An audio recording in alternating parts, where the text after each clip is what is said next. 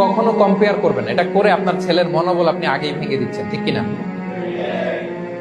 আপনি দায়ী আপনার ছেলে কিছু না পারার কারণে। আপনি সাহস দেন নিজে, পাশে থাকেন নিজে।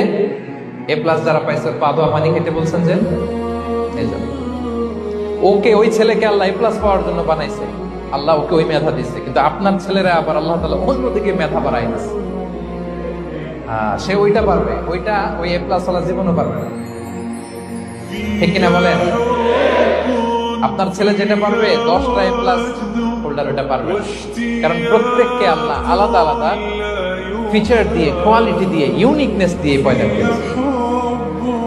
কখনো কম্পেয়ারিং করবেন না। আপনি অনন্য, প্রতিটি মানুষ অনন্য। Everyone in this world is unique.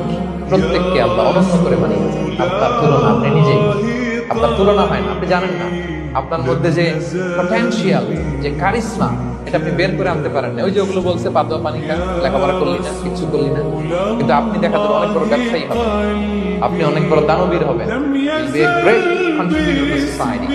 এরকম আছে না?